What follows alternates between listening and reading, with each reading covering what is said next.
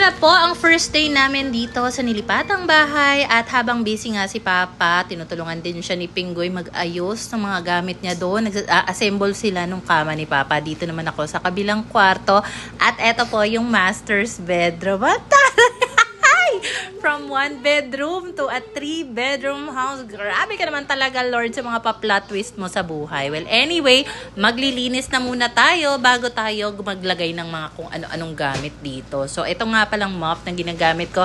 Ito yung bago kong natanggap from Joy Boss. Grabe ka rin naman talaga, Joy Boss. So, anyway, from top to bottom ang ginawa natin dito. Bale, ito yung basahan muna yan. Hindi muna ako naglagay ng tubig dito sa loob ng bucket para lang matanggal muna yung mga alikabo kung meron man na nakadikit sa ceiling, sa kisame, and eto nga pala yung built-in cabinet dito sa master's bedroom. Napakalaki din talaga nitong built-in na cabinet nila and alam mo matibay. So anyway, lilinisan na muna natin yan. Inuna ko na lang muna dito sa may ibabaw niya.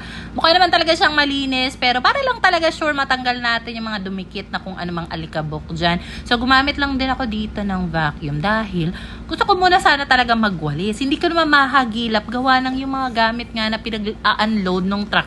Andun sa may covered court sa likod. Taray. May covered court na nga ni. Kaya ko rin siya tinawag na covered court kasi covered yung sa may ibabaw niya. Tapos may ring, parang half court nga yata. But at the same time, I think pwede rin yung pagparkingan ng sasakyan. Napasok ko na nga rin kay Pinggoy itong aming folding ladder or foldable ladder dahil gusto ko makita yung ibabaw nitong cabinet. So ayan na nga at aakyatin natin ang Mount Ende. Diba ilang araw na rin ako talagang puyat na tipong 2, 3, 4 na oras lang ang tulog ko gabi-gabi. Tapos pagod nga kakaimpake, kakalinis. Pero kasi gawa na rin siguro ng adrenaline rush na kahit pagod ka pero dahil alam mo ang dami mong kailangang gawin. So parang hindi ka rin tinatabla ng pagod or what. So anyway, ayan na nga at napakalawak talaga dito. Ibig sabihin, marami ka talaga mailalagay dito sa cabinet niya. At hinayaan na rin pala kami nung landlady namin na gamitin itong existing na queen size na bed frame nila. Sobrang tibay nito. May kabigatan siya. Wala ka talagang langit-ngit dyan. Kasi kahit magtatalon dito yung mga anak. Hindi talaga siya lumalangit-ngit. So, para lang din maalis yung mga alikabok. Ayan, at pinasadahan ko lang din ng mop itong ibabaw. And pinatawag ko nga si Pinggoy dahil may kabigatan ito. So, alam ko naman na malinis siya. Pero gusto ko lang din talaga na matanggalan ng mga nakadikit na alikabok dito sa ilalim niya. So, ang gagamitin ko na lang dito ay vacuum. Gawa ng hindi ko nga mahanap yung walis. Meron ding ibang mga wall decor dito na itatabi ko dahil may ibang gamit pa nga naiwan dito yung may-ari ng bahay. So, pipick up and down nila. So, ipaglalagay ko lang yung mga aalisin kong gamit dito sa plastic. And then, doon kasi sa third room, nandun yung iba pa nilang gamit. So, doon muna ito itatamba. Alam mo, maganda sana kung nagamit ko rin yung flat nozzle na attachment nga nitong vacuum para talaga yung mga sulok-sulok, malinis ko. Kaso, hindi ko nga mahanap dahil kagulo talaga yung mga gamit sa likod. So sabi ko, alisin ko na nga lang din yung pinaka floor brush attachment. And ayan, umokay naman. Ang lakas din kasi ng suction nito. Bale, Solele nga pala yung brand nito. And ever since natanggap ko to, binigay ko na agad kay Papa doon sa apartment niya. Dahil meron 3 kwarto dito. 3 rin talaga itong wooden na bed frame nila. So isa yung iiwan nila.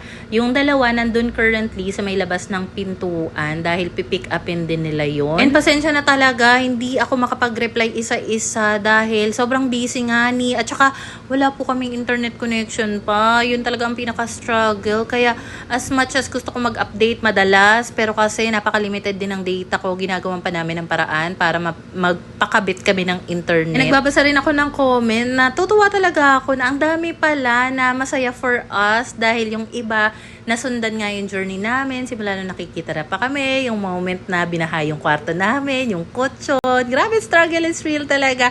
So maraming salamat po. Sobrang nakakataba ng puso na yung mga simpleng milestone sa buhay pamilya namin, natutuwa rin kayo for us. Super duper thank you. Meron din ako mga nabasang nagtatanong kung eto bang nilipatang bahay namin, binili daw ba namin or nagre-rent kami.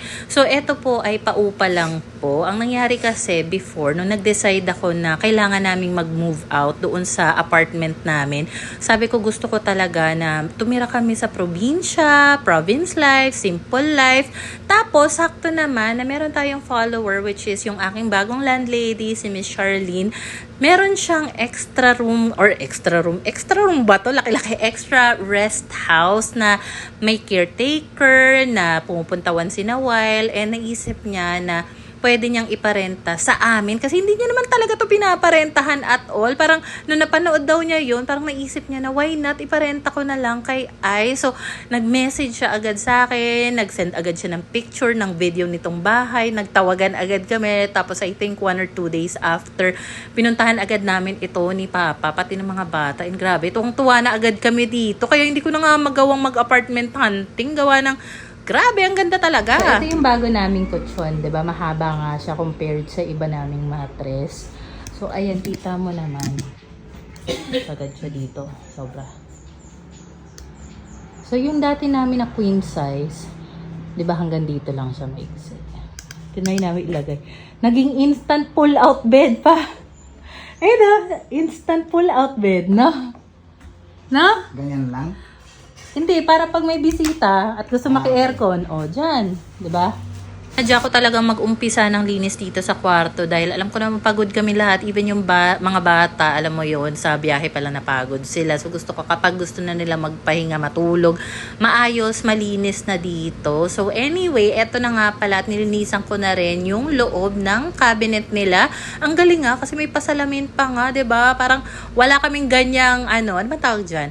Full length na mirror before. So, sa panlinis nga pala, ang ginamit ko dito is yung Neil Swipe na wipes na wet, and then gumamit din ako ng Sea Waste na multi-purpose cleaner. So, ayan, pinasadahan ko lang ng punas, lahat ng sulok, even yung mga ibabaw ng mga shelf or ilalim pala ng shelf, and of course, itong outside area, even yung handle, pinunasan natin. Gusto ko talaga as much as possible magpaka-thorough cleaning nga dito, and even itong blinds nila. Alam mo, napansin ko sa blinds nila, ha, pang big time siya kasi meron naman ako natatanggap ng mga Korean blinds, pero iba yung quality nito na parang mabigat siya. Alam mong mamahalin. Mukha lang din madali yung pinaggagawa ko kanina, pero nakakapagod din kaya lumabas muna ako dito at tumambay. So ito nga pala yung isa sa mga bed frame na kukunin nila. Since nakatambay lang muna itong bed frame nga dito. Dito muna kami humihiga-higa, tapos alam mo bang saya-saya talaga ng feeling habang nakahiga kami dito. Lalo na siguro pag gabi, stargazing, ganyan. Tapos naisip ni Pinggoy i-set up itong tent. So naisip ko, pwede rin talaga dito mag-camping. Tapos mag-set up kami ng bonfire dyan. Meron pa akong isang tent dito. Diba? Kung sino yung may trip camping, glamping. Tapos maglagay kami ng mga string lights. Oh my God, fantasy unlocked. May mga nabasa rin akong comments. Sa laki talaga ng space dyan sa nilipatan nyo. For sure, yung mga gagawin ko daw ng mga content, na mga promotional videos, marami akong pwedeng pagtambakan. Itong tent nga pala na ito, matagal na itong nire-request ni Pinky na gusto niya nga daw may tent sila. Kaso, man namin yan isa-set up doon sa dati namin apartment. So, ito nga pala yun sa may covered court, sa may likurang banda. Ang lawak pa talaga niya. Tapos, bigla naman ito si Pinggoy lumabas, nagbike, maghanap daw siya ng tindahan. And yes, harapan po kami ng highway. Very accessible talaga yung mga paluwas na bus, jeep, tricycle, meron din. Tapos diba wala kaming internet connection. Usually, dati, kapag dun nga kami sa apartment, tapos wala kaming net, talagang bugnot na talaga yung mga anak. Pero dito, parang ang dami nilang naiisip gawin. Parang hindi rin sila naghahanap ng cellphone, less screen time. Sabi ko, oh my God, ang ganda rin pala. Advantage yun. At saka, ang peaceful talaga. Alam mo yun, yung parang less stress kasi nakakahinga ka. I mean, yung fresh air sa probinsya. Thank you Lord talaga. At meron din siyang ginamit na instrument para maranasan ng pamilya ko yung ganito. Diba? Sino mag-aakala nga naman talaga? Well, anyway, eto na nga pala yung update. So, yung cabinet naming mega box, gusto ko kasi yun pa rin yung paglagyan namin ng mga damit namin. Dahil doon na ako nasanay. So, So, ang gagawin ko na lang doon sa existing na built-in cabinet dito, gagawin ko na lang siyang storage cabinet. Napakadami pang kailangan gawin, pero unahin ko muna mag-ayos nitong hihigaan namin dahil inaantok na rin yung mga anak ko. So, ayan na nga, after nito, magpapahinga na muna kami and yung ibang mga tambak at gawain sa mga susunod na araw. Thank you for watching!